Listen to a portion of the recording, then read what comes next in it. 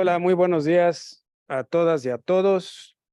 Tenemos personas participando en línea y ya está funcionando, ¿verdad? La comunicación, espero. Ok, sí. Según yo sí funciona. Sí, sí funciona. Súper. Bueno, muy bien.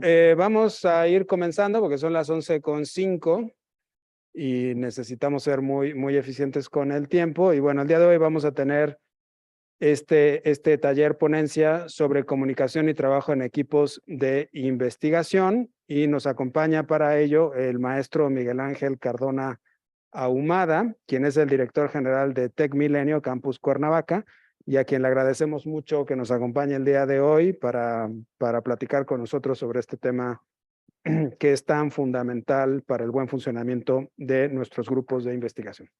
El maestro Cardona tiene una maestría en administración con énfasis en finanzas por la Universidad Autónoma de Baja California y una licenciatura en administración de empresas con concentración en negocios internacionales por el TEC de Monterrey, Campus Ciudad de México.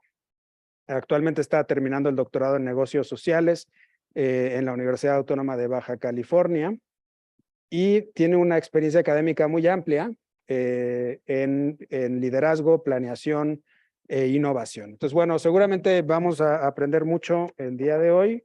Le agradecemos muchísimo al maestro Cardona que nos acompañe y estamos atentos a su presentación. Adelante. Muchas gracias. Gracias a todos. Muy buenos días. ¿Me escuchan bien o tomo el micrófono, creo? Por supuesto. Creo que así me escuchan mejor todos. Perfecto. Muy bien. Entonces, permítanme tomar el control para nuestra presentación y primero que nada agradecerles de nuevo la oportunidad de charlar con el Instituto Nacional de Salud Pública. Justamente comentaba antes de la amable presentación de Tonatiuh que el tema de comunicación, independientemente de la etiqueta, si es en equipos de investigación, si es sobre administración de proyectos, si es sobre un área estratégica, es probablemente la competencia definitiva que determina el éxito o el fracaso de un equipo de trabajo y de una organización. Porque en la medida que la información fluye dentro de las empresas de manera rápida, armónica, completa, se toman mejores decisiones, que era lo que estábamos platicando la sesión pasada. Y también en la medida que esta comunicación es de dos vías y genera esta retroalimentación para entender mejor a nuestros clientes internos, clientes externos, se desata innovación y se desata también un mejor servicio al cliente. Y obviamente hablar de trabajo en equipo sin comunicación es imposible. Por ello, creo que estas dos palabras juntas forman una ecuación que permite multiplicar el desempeño de cualquier empresa. Y el día de hoy vamos a hablar precisamente de algunas de las tareas prioritarias. Permítanme. Gracias. Justo me preguntaba si. Excelente. Muchas gracias. Vamos a hablar de algunas de las competencias clave o áreas clave en la cual cada uno de ustedes como líderes de equipo tienen que trabajar para impulsar más el desempeño de sus áreas de trabajo por medio de la comunicación. Pero antes de ello, quiero hacer un antecedente en los primeros minutos de la primera vez que tuve oportunidad de platicar con ustedes en un webinar, en el cual a través del doctor Molina estuvimos conversando el año pasado, el verano pasado prácticamente. Hablábamos en aquel momento de liderazgo y estrategia y hablábamos también de algunas de las herramientas básicas que yo le llamo de conversación estratégica que deben ser parte de nuestro arsenal día a día con nuestro equipo de trabajo. Simplemente como un refresh para quienes no hubieran estado y obviamente para los compañeros virtuales, quiero poner en contexto cuáles fueron estas herramientas y por qué son valiosas. La primera de las herramientas que comentaba yo en aquel momento era tener conversaciones uno a uno con nuestros equipos de trabajo. Si queremos asegurar el desempeño, el cumplimiento de compromisos y sobre todo el involucramiento de nuestro equipo de trabajo en nuestra misión, necesitamos generar antes que otra cosa confianza. Si no tenemos una relación cercana con nuestros colaboradores y no logramos que haya una apertura para entender motivaciones, preocupaciones, dudas que se tengan sobre su desempeño, sobre sus proyectos, es imposible movilizar un equipo. Por ello, yo le comentaba en aquel momento a los asistentes del webinar que el tener conversaciones intencionales y frecuentes con sus equipos de trabajo y que además se documenten, esto nos permite, número uno, tener un pulso adecuado de la agenda de trabajo que está llevando el colaborador. Número dos, nos permite generar esta conexión y esta confianza para generar más alineamiento de los talentos y capacidades de nuestra gente. Y número tres, nos permite también ser líderes proactivos para reaccionar cuando necesitamos hacer un ajuste con nuestro equipo de trabajo. Ahora, la segunda herramienta, gracias, si me ayudan con la siguiente lámina, hablaba yo de el reconocimiento. Ustedes como investigadores y como expertos en temas de ciencia saben mucho mejor que nosotros como académicos el poder que tiene el reforzamiento de conductas y hábitos. Los seres humanos estamos cableados internamente para que todo aquello que nos cause placer queramos repetirlo. Por eso se habla de los neurotransmisores, de la dopamina. Y hay una corriente muy consolidada en la gestión de equipos que habla precisamente de que si sorprendemos a nuestra gente haciendo bien las cosas y les reconocemos esa conducta de manera específica, frecuente y además explicando cómo esa conducta genera un beneficio al colaborador, al equipo de trabajo y a la organización, podemos esperar que esta conducta se va a repetir. Y la ventaja es que conductas que se van repitiendo en el tiempo se vuelven hábitos, tanto a nivel personal como a nivel organizacional. No es casualidad de que varias de las empresas más reconocidas hoy en el mundo como culturas organizacionales positivas de alta competitividad sean también las organizaciones de mejor desempeño en su ramo. Podemos pensar desde empresas de servicio, empresas tecnológicas, empresas de logística, y en todas ellas vamos a encontrar mecanismos de reconocimiento que están diseñados de manera intencional para generar este efecto multiplicador dentro de la empresa. Y si vamos a la siguiente herramienta que comentaba con sus colegas y con ustedes, el aprendizaje cruzado es otra de las tareas clave para generar grandes organizaciones. Yo le he comentado a muchas empresas que cuántas veces no nos quedamos encerrados en la ceguera de taller de nuestra área de trabajo o de nuestra organización y a veces surgen hasta estas frases de así hacemos las cosas aquí. Es que no lo hemos modificado en tantos años y no vemos la necesidad de cambiar un proceso o cambiar una política. Y en cambio, aquellas organizaciones que empiezan a preguntarse cómo co-crear conocimiento y capacidades con sus proveedores, con sus clientes, incluso entre las diferentes áreas de la empresa. ¿Qué puede aprender ventas de recursos humanos? ¿Qué puede aprender recursos humanos de operaciones? ¿Cómo se pueden abordar problemas teniendo perspectivas diferentes? Es una receta clave que genera mejores soluciones y que genera más resiliencia dentro de la organización. Por eso, como preámbulo a hablar de este tema, me parece que estas tres herramientas representan un recurso muy valioso para cualquier líder que busca ser un mejor comunicador. Ahora, conforme vamos usando la comunicación como líderes dentro de nuestras áreas de trabajo, debemos de ser muy conscientes de que hay tres grandes factores que vamos a ir transformando dentro de nuestros equipos. El primero de ellos es la transmisión de conocimiento.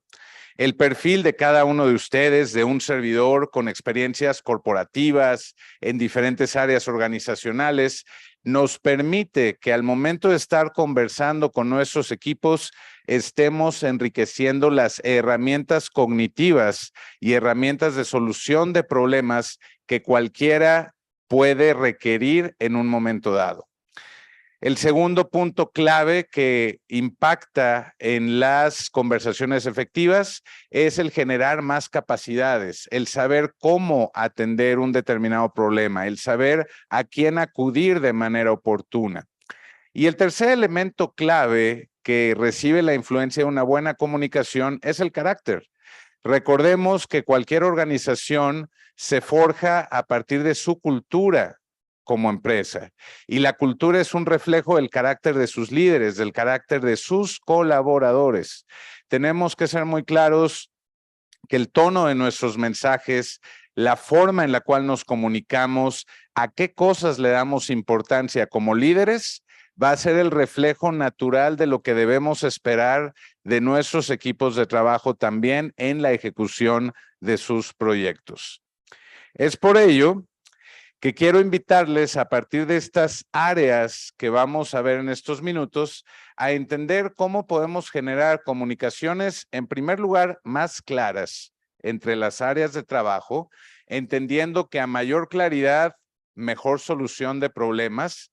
También, obviamente, cómo vamos a generar más confianza, más familiaridad entre las áreas, porque esto obviamente nos va a permitir una mejor coordinación, un mejor manejo de recursos y de esta manera vamos a impulsar un mayor compromiso institucional que nos lleve obviamente a mejores resultados.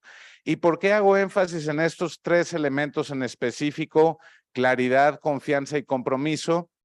Porque las organizaciones que son más resilientes y que son más capaces de alcanzar sus metas son organizaciones sumamente cohesionadas. Son organizaciones que se definen por la interdependencia entre sus áreas, que entienden siempre cómo el efecto de una decisión en un área va a tener un impacto sistémico en otras áreas de la organización. Y obviamente esto me lleva a algunos ejemplos muy sencillos. Les decía yo que las grandes organizaciones hoy se cuentan por cualquier industria en el mundo. Y hace algunos años, teniendo la oportunidad de tomar un curso cuando estaba en Avianca como director comercial, Nelson Rueda, un consultor en Bogotá, nos decía esta frase: las empresas somos redes de conversación. Si pensamos por un momento en organizaciones como Google, donde las innovaciones, ya sea de herramientas tecnológicas, apps, a autos autónomos, surgen de cualquier rincón de la organización, o si pensamos, por ejemplo, en Pixar, hoy parte del conglomerado Disney, como un gran motor de creatividad y de éxitos comerciales, podemos entrar dentro de cada una de ellas y nos vamos a dar cuenta que detrás de esos éxitos, detrás de esa velocidad de innovación, se encuentra esta red de conversaciones muy intrincada y que se refuerza cada día a partir de la interacción entre sus diferentes áreas de trabajo. Dicho lo anterior con este antecedente, permítanme ahora que nos centremos en las tareas o las áreas estratégicas en las que cada uno de ustedes como líderes puede impactar a sus equipos de trabajo y al Instituto Nacional de Salud Pública. Primeramente, quiero decirles los tres grandes frentes en los cuales esperaría yo dejarles algunas herramientas prácticas para aplicar el día de hoy.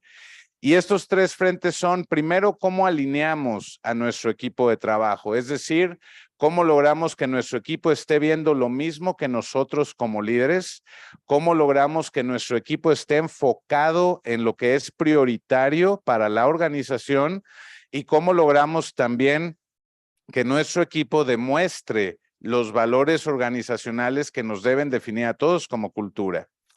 El segundo frente estratégico de una buena comunicación está en la actuación o en la ejecución de los proyectos.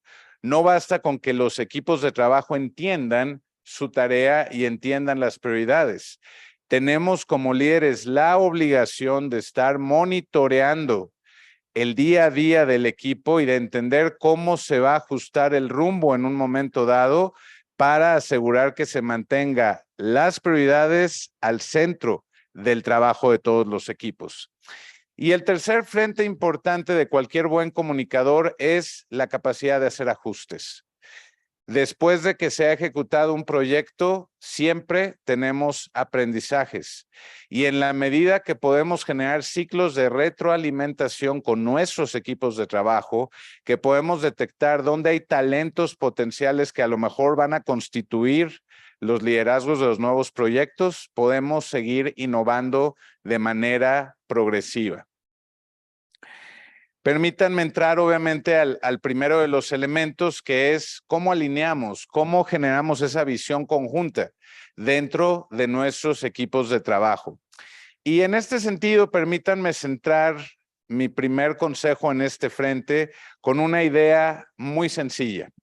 Patrick Lencioni, CEO de The Table Group y también autor y consultor de varios libros de narrativa empresarial, habla de un concepto que a mí me parece muy poderoso. Él dice que cualquier director o cualquier líder debería de asumir también este rol en inglés de Chief Reminder Officer. ¿A qué se refiere Patrick Lencioni con esto? El líder de equipo, el director, el gerente, es el estándar de la misión, la visión, los valores y el propósito de la empresa. Si el líder no es el primero que está evangelizando, permítanme utilizar esa palabra, y hablando constantemente de la misión y de cómo la decisión que se está tomando sirve a los usuarios de la empresa, difícilmente el equipo se va a alinear. Yo siempre comento con algunas empresas que uno de nuestros vicerrectores regionales, cuando yo era director de carrera en TEC de Monterrey, en Campo de Estado de México, bromeaba con los candidatos a graduarse cada graduación. Y les decía, jóvenes, hoy que se están graduando, recuerden que al día de mañana que van a salir al mundo laboral, lo primero que tienen que hacer al levantarse es recitar la misión del Tecnológico de Monterrey, de formar líderes, etcétera, etcétera, etcétera. Evidentemente, los jóvenes se reían y les decía, no es broma. Si ustedes no son embajadores de lo que representan como institución, de los valores de su familia y después de los valores de su empresa, no van a contribuir a la cultura de su organización.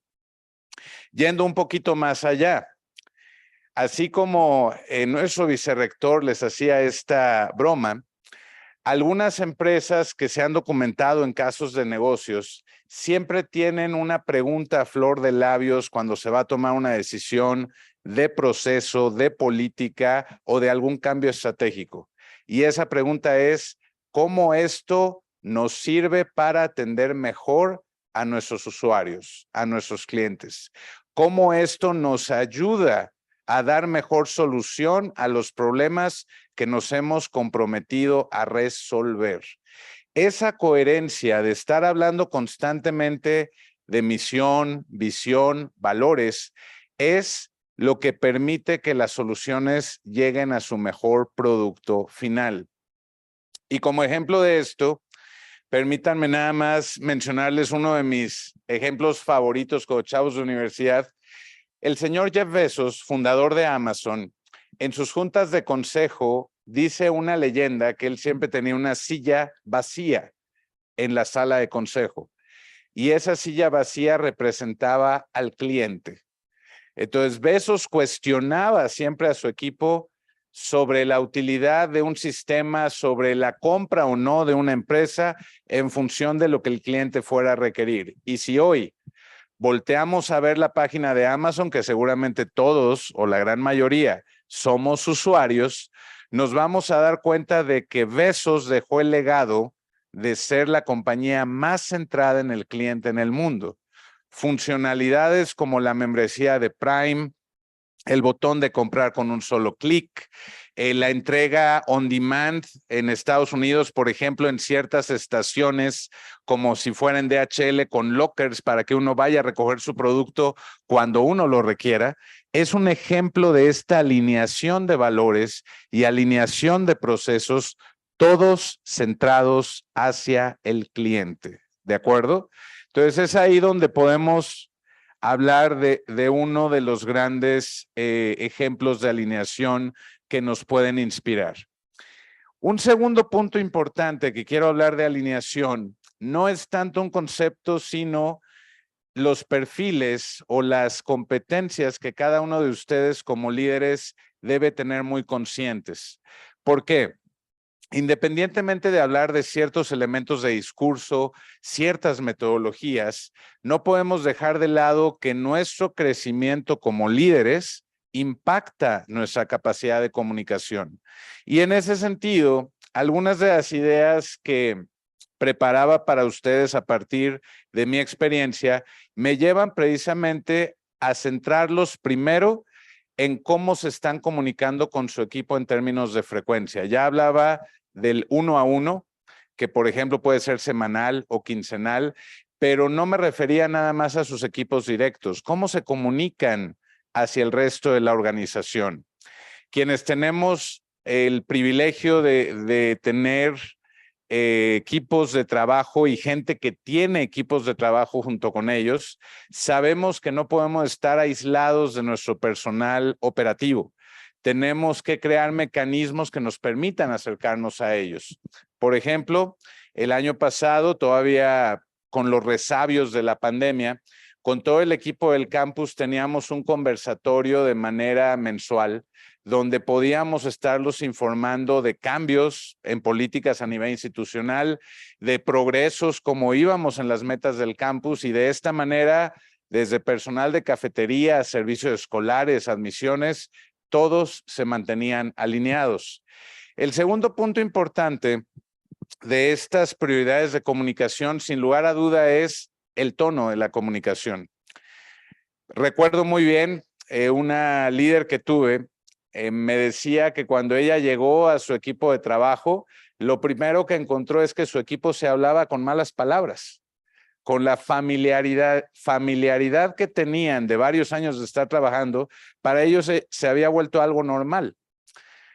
Y después de un par de semanas de estar observando interacciones, mi líder en aquel momento me comentaba que les dijo: hasta aquí se tienen que acabar este tema de las malas palabras. ¿Por qué? Porque se daba cuenta que después de la familiaridad venían fricciones, venían momentos de choque que retrasaban proyectos. Porque algo tan sencillo como el respeto básico en el contenido del lenguaje no existía. Entonces, ojo con este detalle. El tono y la elección de palabras, sin lugar a dudas, importa. Y los canales también. Justo comentaba con Tonatiuh al empezar la charla que a lo mejor aquí en el instituto y a lo mejor en algunas instituciones más y empresas, la cantidad de comunicación que existe vía correo electrónico, mensajería, puede ser un reto, por decirlo de manera elegante. Y en algunos casos podría ser un verdadero problema. Cuando tenemos tantas plataformas, mensajería, evidentemente comunicación móvil, es necesario que los líderes también establezcan qué debe de ir a través de cada canal. Por ejemplo, yo le indico a mi equipo en campus que yo tengo 3 canales de comunicación vitales. El canal menos urgente y menos veloz en términos de respuesta es el correo electrónico. Me voy al extremo. El canal más urgente y el canal que va a tener respuesta inmediata se llama teléfono. ¿Ok? Yo siempre le digo a mi equipo, por favor, si me llaman es porque voy a entender que es algo que no puede esperar. ¿Ok? Entonces, háganlo. Y si no puedo contestar porque estoy ahorita en una sesión con ustedes, cuenten con que en el momento que salgo, lo primero que voy a hacer es revisar mi teléfono. ¿Cuál es el canal intermedio entre el correo electrónico y el teléfono? La mensajería. Nosotros como campus utilizamos la plataforma de Microsoft Teams, la cual, como seguramente alguno de ustedes conoce, como el caso de las plataformas de Google, tiene la posibilidad de tener chats individuales o grupales, pueden tener repositorios de documentos. Yo siempre le digo a mi equipo, si es algo que se requiere resolver para ese día, no urgente, me lo dejan en WhatsApp. Si quieren respuesta más rápida, me lo dejan en Teams. Si quieren respuesta al final del día. Porque WhatsApp lo voy a estar viendo conforme me muevo en citas, en cortes. Teams lo voy a ver una vez al día y lo voy a resolver. ¿De acuerdo? Es ahí donde la elección de canal se vuelve algo muy estratégico. Ahora, hablando un momento de competencias y un poco a modo de repaso de cuáles deberían ser nuestras prioridades a fortalecer como líderes. Primero que nada, enfrentar momentos incómodos. Los líderes tenemos la responsabilidad y también el privilegio de decirle a alguien cuando algo no va bien. Y si nosotros no damos el paso al frente, nuestro equipo tampoco va a tener esa apertura para decirnos, hey, estoy detectando una alerta. Nosotros debemos ser los primeros que tengamos el respeto y también el sentido de importancia hacia nuestros equipos de decirles, aquí estoy detectando un error, aquí estoy detectando un proceso mal llevado. Entendiendo que estamos hablando del evento, de la decisión, no estamos hablando de la persona, y eso es una diferencia bien interesante que ahorita vamos a comentar. La segunda competencia clave que como comunicadores debemos de ser muy conscientes es el documentar los aprendizajes. Recordemos que hace muchos años ya Peter Senge, un excelente pensador de administración, hablaba del concepto de las organizaciones que aprenden. Y este aprendizaje se basa en generar conocimiento compartido. El llevar minutas, el asegurar que se tengan evidencias fotográficas de logros de eventos, de proyectos, el poder compartirlas con otras áreas que van a hacer proyectos similares, es lo que alimenta la innovación dentro de las empresas y es el insumo principal del aprendizaje cruzado del cual hablaba hace unos minutos. Ahora, a partir de estas competencias, permítanme escucharlos un momento. Les dejé una pequeña tarea. Les facilité a través del correo electrónico 2 clips de YouTube, uno de ellos sobre el senador en aquel momento, posteriormente presidente Barack Obama, y otro sobre el presidente John F. Kennedy de los Estados Unidos. Y quise traerlos a la sesión porque ahorita que estábamos hablando de alineación como primer elemento, creo que son 2 ejemplos bien interesantes. Me gustaría saber un par, 2 o 3 participaciones, ¿qué les inspiraron estos discursos? ¿Qué elementos de alineación observan en lo que pudieron ver en los videos? ¿Quién quisiera participar? Adelante, por favor.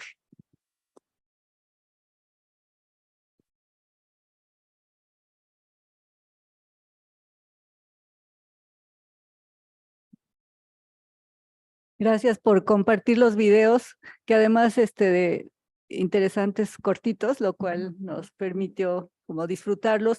A mí se me hicieron súper interesantes porque siendo 2 personajes pues históricos, digamos, en Estados Unidos, pero creo que influyeron en todo el mundo, me di cuenta de la diferencia de estilos de liderazgo entre los 2.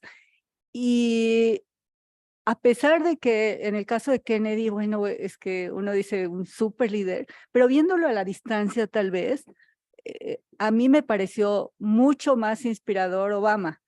Me di cuenta de cómo proyecta su mensaje de manera espontánea, aunque obviamente iba muy bien preparado, pero no leía nada, sino todo lo iba diciendo conforme se veía que él lo iba sintiendo. A diferencia de Kennedy, que lo noté más rígido, él estaba viendo sus notas y a pesar de que lo que decía era sumamente relevante, sin duda lo superaba en términos de cómo acaparaba la emoción, no solamente la atención, sino de la emoción de las personas que estaban en el auditorio. Es lo que puedo decir de manera muy breve.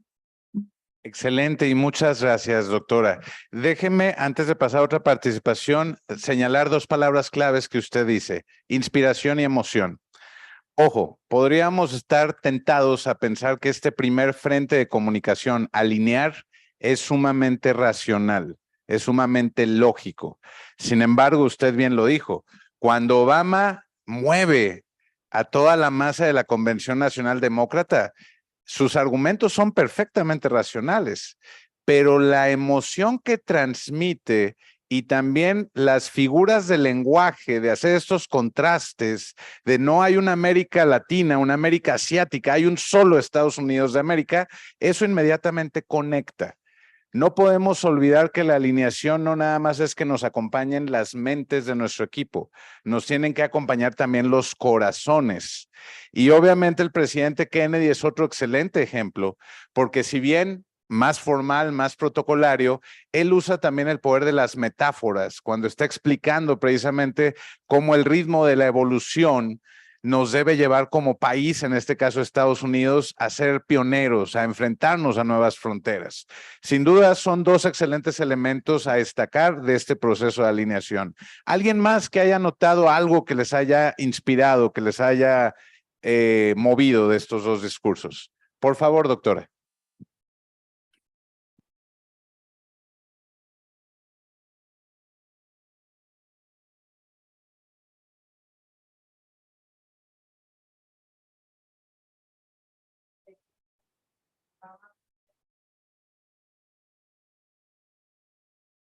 También por apelar a las emociones y este tema de esperanza, de que alguien como yo, hijo de un extranjero, keniata, con un nombre raro, puedo llegar a ser presidente, el país da para esto.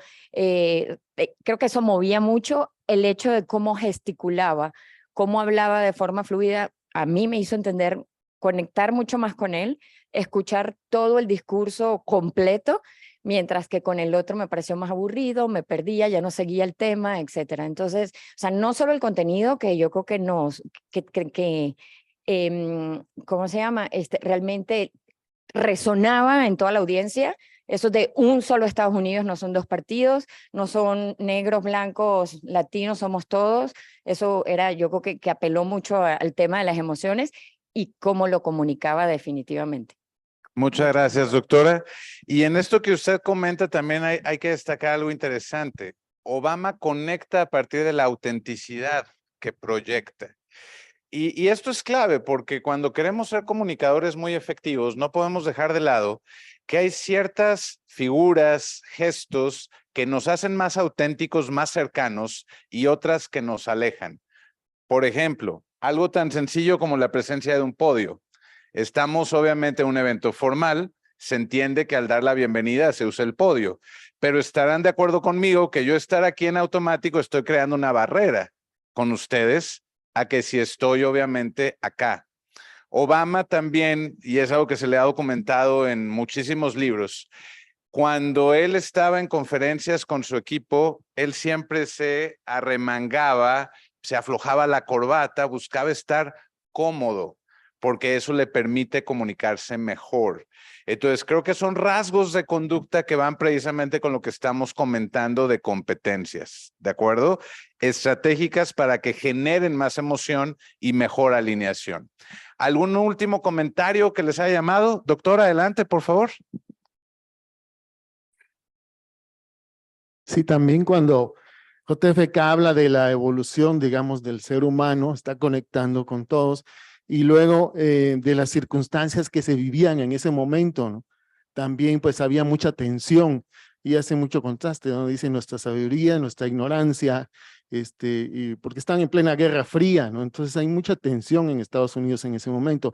Y luego yo creo que cuando más los hace conectar es cuando dice, ¿por qué tenemos que subir a la montaña más alta? ¿No? Es decir, ¿por qué lo tenemos que hacer? Es ¿no? correcto. Yo creo que eso para mí fue clave. Gracias, doctor. Y esa también es una figura de lenguaje y de comunicación que es muy potente. Entender las implicaciones de hacer o de no hacer siempre apelan a la razón, pero cuando vemos esas implicaciones a la luz del beneficio, del perjuicio para nuestros usuarios, para las familias que dependan de ellos, eso también nos permite entender una visión mucho más amplia y es una forma también de generar alineación. Muchísimas gracias, doctor. Muchísimas gracias, doctoras, por estos comentarios. Y permítanme ir a los otros dos frentes, donde cada uno de ustedes puede fortalecer su comunicación. La ejecución.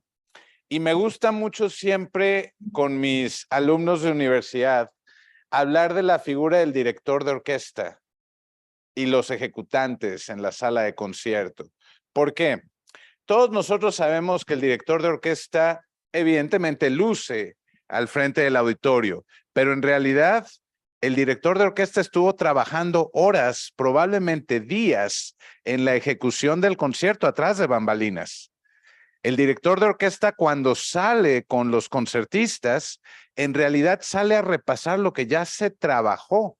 Es decir, ya hay una autogestión de parte de los ejecutantes que saben en qué momento van a intervenir, en qué tono tienen que tocar, y eso es lo que genera una obra maestra. En este sentido, permítanme decirles dos herramientas que a mí me parecen súper prácticas para asegurar una ejecución exitosa de proyectos a partir de una buena comunicación con nuestros equipos de trabajo. Y la primera de las herramientas la aprendí hace 2 años y medio, cuando llegué aquí a TecMilenio. Nuestra vicerrectora me enseñó, junto con nuestros equipos de admisiones, este acrónimo llamado FORCADO, y que tiene su aplicación precisamente en aquellos equipos que tienen cara al cliente o cara, en este caso, a nuestras familias de nuevos ingresos y de reingresos. ¿Y a qué se refiere este acrónimo de FORCADO? Quiero que por favor nos ubiquemos por un momento en un centro de atención telefónica. Y un operador tiene 200 llamadas o tiene una base de datos de 200 prospectos que llamar. La primera pregunta para este asesor sería, ¿a cuáles de estos 200 le llamo primero? ¿Le llamo a los de mejores calificaciones? ¿Le llamo a los que sé que están mejor segmentados de acuerdo al tipo de cliente que estoy buscando? Si estuviéramos hablando de un área de resolución de problemas, ¿a quién le llamo primero? ¿A los que tienen un problema más añejo? ¿A los que tienen un problema más reciente? Entonces, saber elegir a qué grupo o a qué tareas primero voy a abordar en las próximas horas o días es lo que permite concentrar energía y resultados. Segundo elemento clave, ritmo. Sigo en la misma metáfora del centro de atención telefónica. Si el supervisor de este operador le dice, tú tienes que cumplir 80 llamadas en el día, pensemos en un volumen de 10 llamadas por hora, y el supervisor simplemente al final de la jornada se da cuenta que el operador hizo 40 llamadas, evidentemente es un día poco productivo y desafortunadamente no se puede corregir hacia atrás. Esto ya es un postmortem. Pero ¿qué sucede si el supervisor puede hacer cortes cada 2 horas simplemente para saber cómo va el volumen de llamadas y se está documentando qué se va cumpliendo o no? Si en las primeras 2 horas me doy cuenta que el operador no lleva 20 llamadas, lleva 18, 90% de cumplimiento, parece que vamos bien, nada más saber si se atoró en alguna llamada, algún caso especial. ¿Qué pasa si al cabo de 2 horas veo que el operador lleva 5 llamadas? En ese momento me puedo detener y como supervisor decirle, oye, ¿hay algún tema tecnológico? ¿Falló el equipo? A lo mejor enfocamos mal al grupo de clientes que debías llamar y por eso no estás avanzando bien. Y si yo ajusto en las primeras 2 horas, es mucho más fácil que el ritmo y la productividad mejoren el resto de la jornada. ¿Ok? Tercer elemento del modelo, calidad. ¿Ok? Seguir procesos. Yo a veces exageraba con nuestros alumnos de universidad y les decía, imagínense por favor, yo viniendo de la industria aérea, a pilotos que no hagan los checklists antes de salir el vuelo o al momento de aterrizar. Estaríamos hablando probablemente de potenciales accidentes y accidentes con grandes consecuencias, ¿ok? Los procesos existen para asegurar ¿qué cosa? Buena ejecución, buen resultado. Es por eso que en ciertas áreas se requieren seguir protocolos. Ustedes lo saben como investigadores mucho mejor que cualquier otra organización. Y obviamente el último elemento, la documentación, el generar este conocimiento y aprendizaje para que si hay un cambio en el equipo, no se pierda el foco, no se pierda el ritmo, porque ya hay un antecedente que permite que los nuevos miembros del equipo tomen un avance mucho más rápido. Y este elemento en específico, a mí me gusta enfatizarlo porque hay que recordar que ninguno de nosotros somos permanentes en las organizaciones. Y el mejor legado que podemos dejar a nuestros equipos de trabajo y a nuestra organización es un equipo sólido que puede incluso avanzar sin nosotros y a veces a pesar de nosotros. Y eso parte de tener esta documentación de procesos. Un segundo elemento para cuidar la ejecución viene de la milicia. Seguramente todos ubicamos aquí a los SEALs, a las Fuerzas Especiales de la Marina de los Estados Unidos, los comandos. Y si alguna vez hemos leído alguna noticia o hemos visto alguna película, podemos ubicar que se trata de expertos muy bien preparados y probablemente las personas más resilientes y más adaptables del mundo en su profesión. Los SEALs tienen, antes de ejecutar cualquier misión, es decir, en cuanto van a bajar de helicóptero, en cuanto van a bajar de la lancha anfibia, tienen un checklist muy sencillo de 5 elementos que les permite saber a todos qué se tiene que hacer, cómo se tiene que hacer, quién tiene que hacer, ¿ok? Y si se pueden dar cuenta, parte de una planeación muy sencilla. Situación, ¿a qué se van a enfrentar? Hay que tomar una montaña, vamos a entrar por un edificio, vamos a entrar por una bodega submarina, no lo sé. 2, misión. ¿Qué es el objetivo que hay que lograr? ¿En cuánto tiempo? ¿Vamos a hacer un rescate? ¿Necesitamos demoler una instalación? No lo sé. Los atributos que requiera la tarea para que todos sepan su rol en la misma. 3, ejecución. ¿Quién, qué, cómo, cuándo, cómo se distribuyen las tareas para asegurar éxito? ¿De acuerdo? Y el penúltimo elemento a mí me parece muy importante. 8, recursos de apoyo.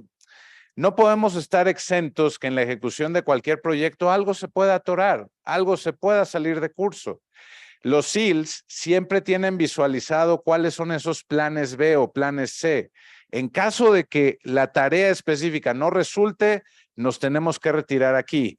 En caso de que haya una baja, esta persona tiene que llamar a soporte para que vengan por nosotros y de esa manera cuidar los recursos, que en este caso es la vida de ellos como comandos. Y finalmente, elemento clave, C, comunicación y comando. Imagínense un equipo de 10 comandos donde los 10 dieran órdenes. Sería una anarquía total, ¿ok? Es por ello que establecen el líder de la misión es este. Si el líder falta, este es el líder. Quien va a estar a cargo de comunicaciones de emergencia es esta persona. El ser explícitos ayuda, obviamente, a generar mejores resultados. Y vamos al último frente de tarea, al último aspecto donde cada uno de nosotros tiene que estar trabajando de manera adecuada. Y es nuestra capacidad de ajuste, nuestra capacidad de realineación, de reenfoque hacia los proyectos. Y por eso a mí me gusta mucho esta imagen de un yate, de un velero, porque la capacidad de entender los cambios de los vientos, saber cuándo desplegar velas, cuándo no, habla de un líder adaptable. Y en este sentido, cuando ya la ejecución pasó y queremos generar aprendizajes, no hay nada como hacer debriefings, como entender qué sucedió, qué se hizo bien, qué no se hizo bien, por qué se tomaron ciertas decisiones para sentar precedentes de lo que no se debe hacer a futuro. En la milicia norteamericana se habla del After Action Review. Después de las misiones, después de ejercicios de combate, irremediablemente el general, sus capitanes se van a sentar y van a ver lo bueno y lo malo. Van a hacer ejercicios de retroalimentación que permitan sensibilizar y generar aprendizaje en todos los miembros del equipo. Lo mismo sucede en industrias como la aérea. A lo mejor alguno de ustedes no había escuchado que los pilotos de cualquier aerolínea hoy se entrenan en lo que se conoce como simuladores 0 horas. ¿Qué quiere decir un simulador 0 horas? Que el grado de realismo que tiene el simulador le permite transicionar al piloto del entrenamiento a la cabina real con completa seguridad. Si nos vamos hace 50 años, el entrenamiento de los pilotos era agarrar un avión y llevarlo a Acapulco, subir, bajar, practicar apagado de motores, todo lo que se imaginen. Costo, riesgo, varios elementos, ¿ok? Hoy en estos ambientes, los pilotos no solamente, salud, doctora, los pilotos no solamente tienen acceso a la retroalimentación de su líder o del piloto instructor, pueden hacer debriefings a partir de toda la información que la cabina les está dando. Ascendiste muy rápido, bajaste no de manera oportuna, no cuidaste estos sistemas. Todo esto genera conocimiento, genera mejora continua. Y en ese sentido, para mí la herramienta por excelencia para generar mejora continua es la retroalimentación. ¿Ok? Es el vehículo que debe de transitar por cualquier conversación estratégica con un colaborador. Y en este sentido, permítanme obsequiarles dos acrónimos de retroalimentación que yo los uso mucho y me parecen por su utilidad muy didácticos. El primero de ellos, el acrónimo BEFORE, de entrada nos exalta la importancia de preparar la retroalimentación. No podemos improvisar una conversación que busca desplazar el desempeño de un colaborador. ¿Y por qué BEFORE? Primer elemento mencionaba yo hace un momento. La retroalimentación es sobre comportamientos, sobre decisiones, no sobre personas.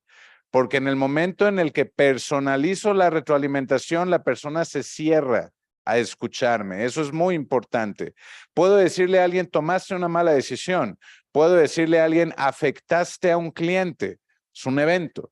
Pero no puedo decirle a alguien, eres incompetente o eres una vergüenza para la organización. Eso es impensable en un buen liderazgo. Segundo elemento, inquiry. El mejor líder, antes que decir sus puntos de vista, establece el hecho y pregunta al miembro del equipo, ¿qué sucedió? Cuéntame el contexto. ¿Llevabas todo preparado? ¿En qué te atoraste, por ejemplo? Y dentro de esas preguntas también entramos al tema de sentimientos. Feelings, ¿te sentías preparado? ¿Cuántas cosas pueden pasar? El colaborador va a una conferencia clave con un cliente y el colaborador viene enfermo, no se sentía listo, pero si él no pide ayuda, pues no puedo obviamente yo asistirlo, ¿ok? A partir de preguntar y entender el contexto de la retroalimentación, puedo ahora sí discutir los resultados, las implicaciones de las decisiones y de ahí obviamente entendiendo el contexto puedo establecer compromisos y siguientes pasos para resolver el problema o para reforzar una buena conducta. El segundo modelo de retroalimentación, este viene de John Whitmore, considerado uno de los padres modernos del coaching, y es el acrónimo GROW. También una idea importante, la retroalimentación siempre debe de aportar a la evolución de los miembros del equipo. Y aquí la explicación es mucho más sintética. Goal, ¿qué meta quiero lograr con la retroalimentación? Quiero una corrección, quiero un crecimiento del miembro del equipo. 2, Resources Reality, ¿cuáles son las vías para lograr ese objetivo? ¿A qué me voy a enfrentar? 3, ¿cuáles pudieran ser los elementos que me ayudan a lograr más rápido ese objetivo? Opciones. Y 4, el will y el way forward, compromisos de seguimiento. ¿Qué va a pasar después de lo que yo acuerde con mi colaborador? Con estos tres frentes, estimados colegas, creo que ya tenemos algunas tareas importantes que atender. Y de cara al cierre de nuestra conversación en los próximos minutos, así como la sesión pasada, me gustaría pedirles que hagamos un pequeño test para que hablemos por un momento de las 4 características de los equipos de alto desempeño y podamos tener una fotografía rápida de cómo está el Instituto Nacional de Salud Pública a partir de la visión de ustedes. Así que les invito a tomar 3, 4 minutos. Pueden escanear el código QR o pueden entrar al enlace y ahorita me van a ayudar a cambiar a las respuestas en vivo. Así que demos 3, 4 minutos y ahorita monitoreamos cómo van las respuestas. Los colegas que están online también bienvenidos a hacer el test sin ningún inconveniente.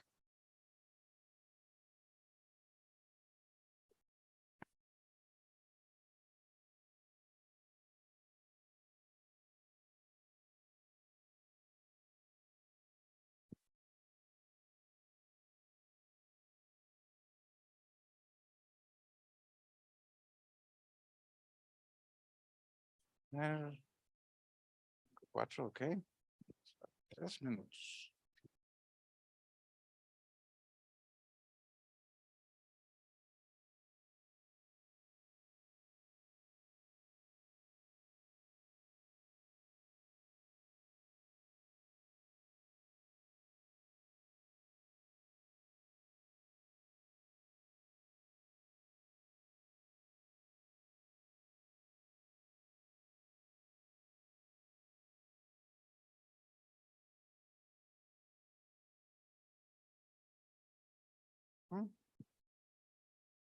Vamos a hacer switch, creo que ya todos están contestando. Eco. No, a la pestaña de respuestas. Ahí es donde se va a ir sumando. Entonces, ahorita veamos si en 2 minutos ya empiezan a caer las primeras respuestas. Mejor, faltaba.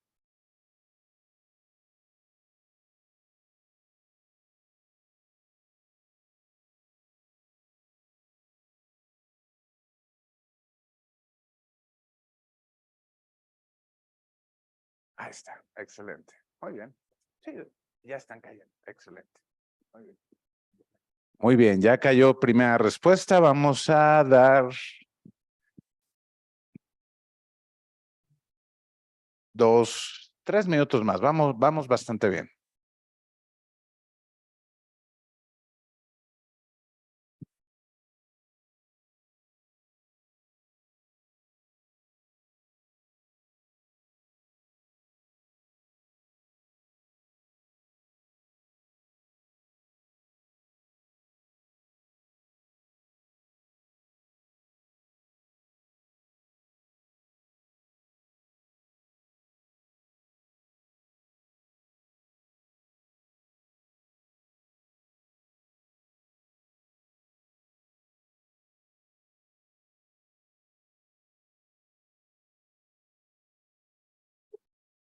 Okay.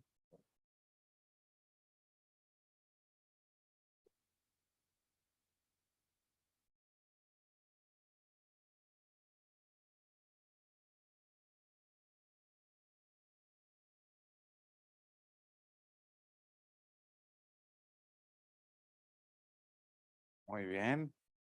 Aquí en la sala somos 22. Vamos a buscar, por lo menos tener 18 para ir explicando el test. Bastante bien.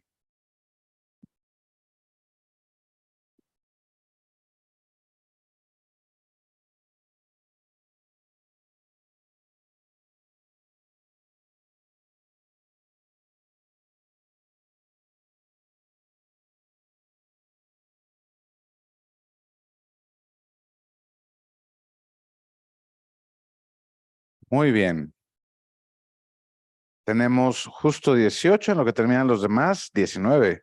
Vamos a ir avanzando poco a poco. Yo te voy indicando para las pantallas y vamos a hablar de 4 grandes elementos que determinan la mayor unión y la mayor capacidad de desempeño de los equipos. El primero de estos elementos, y lo agrupé en 3 grandes preguntas, es la cohesión, es decir, ¿qué tanto los equipos tienen interdependencia entre ellos? ¿Qué tanto entienden cómo su aporte alimenta el aporte de otro compañero? ¿Y qué tanto entienden cómo deben de apoyarse entre sí en caso de que algo salga fuera de control en un proyecto? Si podemos ir avanzando un poquito. En el caso de cohesión, las primeras 3 preguntas, vemos un carácter muy consistente, alto, de parte del equipo que está respondiendo aquí la encuesta. Vamos un poquito más hacia abajo. Ok, la última pregunta, un poquito más distribuido, pero en general podemos ubicar la cohesión de esta muestra del equipo del Instituto Nacional de Salud Pública en un nivel alto. ¿Ok? Ahora, si vamos un poquito más hacia abajo, a la segunda dimensión, la claridad, esto es clave. ¿Ok? Comentábamos hace un momento, Tonatiuh y un servidor, que a veces entre las áreas olvidamos que el grado de expertise, el conocimiento técnico de nosotros no es necesariamente el mismo que el de otra área a quien le vamos a dar un servicio o a quien le vamos a requerir algo. Y a veces no podemos olvidar el hablar en jerga técnica y eso dificulta la comunicación y dificulta la solución de problemas. En la medida que pensamos que nuestros mensajes sean explícitos para nuestro equipo, sean explícitos también para otras áreas, generamos esa claridad que acelera el desempeño. Si podemos ir avanzando las siguientes 3 preguntas para ver el desempeño de claridad. En general, promedios en 6 y 7, un poquito más abajo. Aquí esta última pregunta más hacia la mitad, entender la forma de escalar situaciones. Ojo con un detalle importante. Mencionaba el mecanismo de los SEALs, ¿ok? Dentro de las organizaciones siempre debemos de tener estos caminos alternos para cuando algo sale del alcance del equipo.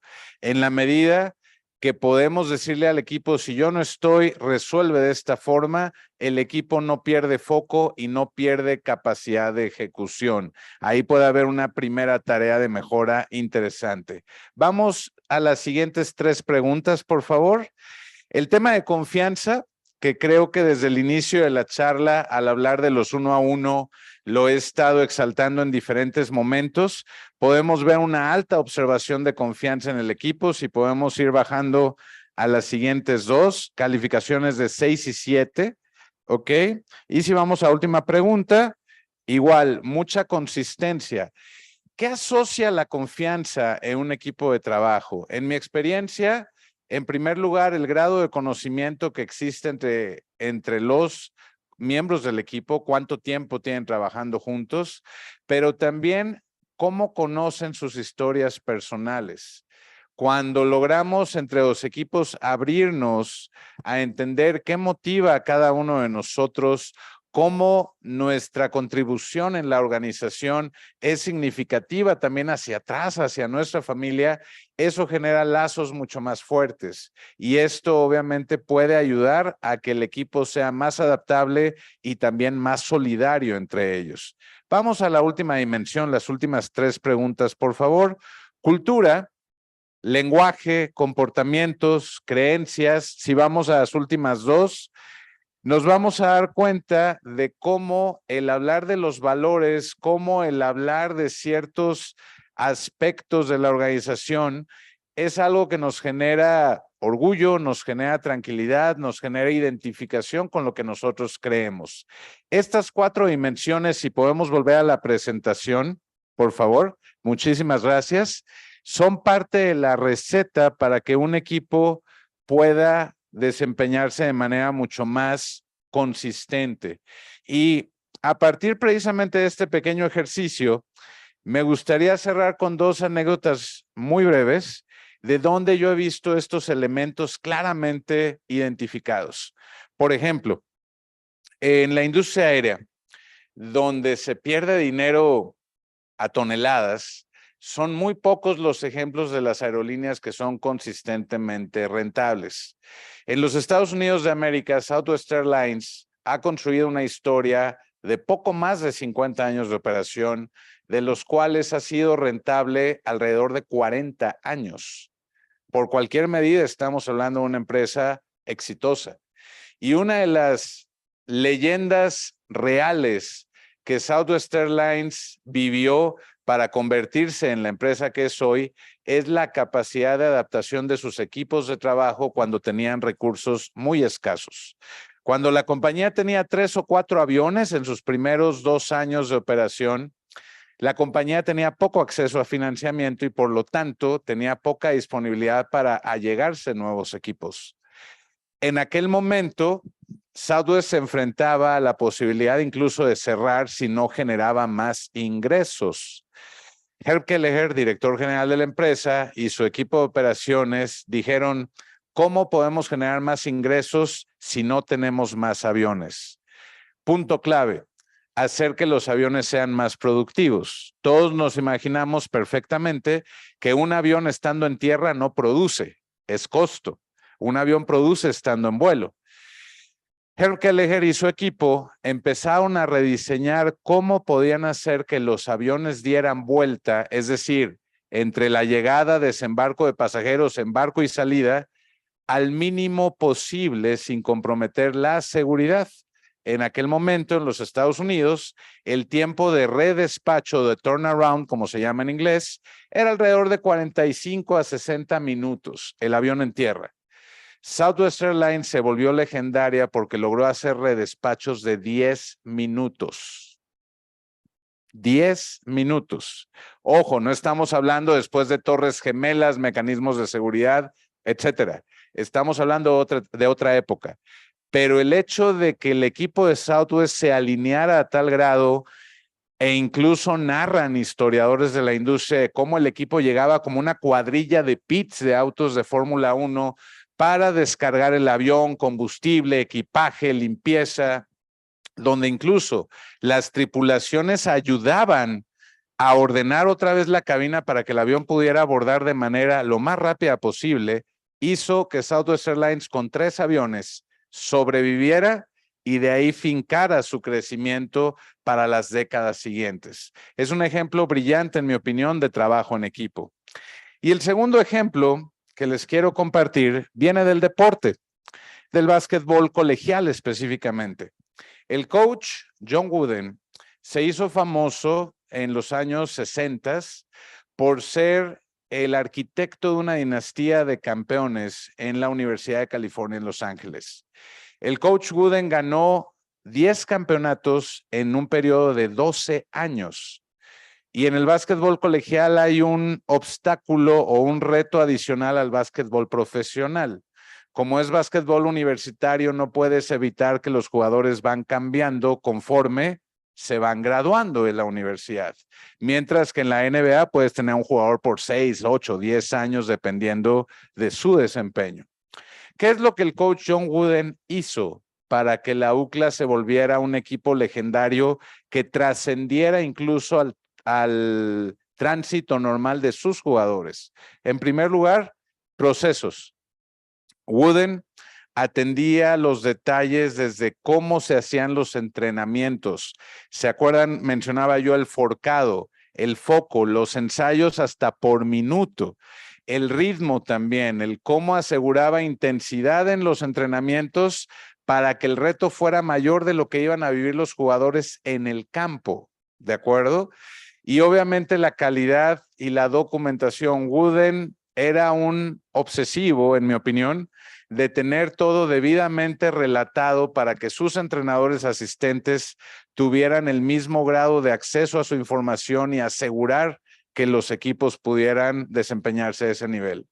Hoy, a la luz de la historia, muchos de los jugadores del coach Wooden en UCLA fueron grandes estrellas en la NBA y todos, sin excepción, coinciden que el sistema del coach Wooden hizo que el equipo se volviera imposible de detener por sus rivales y que incluso John Wooden fuera mucho más allá del desempeño deportivo para marcar en sus jugadores valores y conductas que los volvieron seres humanos también muy destacados. Con estas 2 anécdotas, ¿qué me gustaría dejarles como invitación, colegas del Instituto Nacional de Salud Pública? Primero, que a partir de la comunicación inviten a sus miembros de equipos de trabajo a siempre dar esa milla extra. Espero haberles transmitido que los grandes equipos se caracterizan también por ir más allá de lo convencional, por entregar una repetición más, un momento más de atención al cliente, y eso obviamente genera más avance, genera más logro. Y segundo punto importante, entender que nuestra labor como líderes es generar personas cada vez más autogestionadas, más productivas, más disciplinadas, porque en este sentido soy un convencido que la marca que cada uno de ustedes como líderes puede dejar en sus equipos es que ellos puedan funcionar incluso cuando ustedes no están.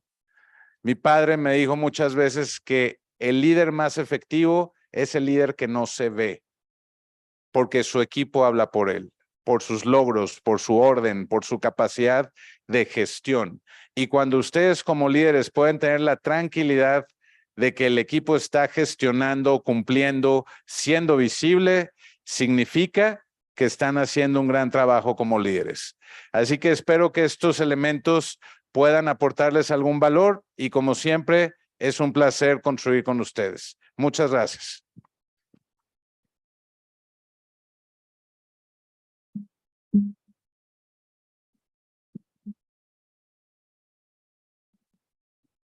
Con todo gusto. Gracias.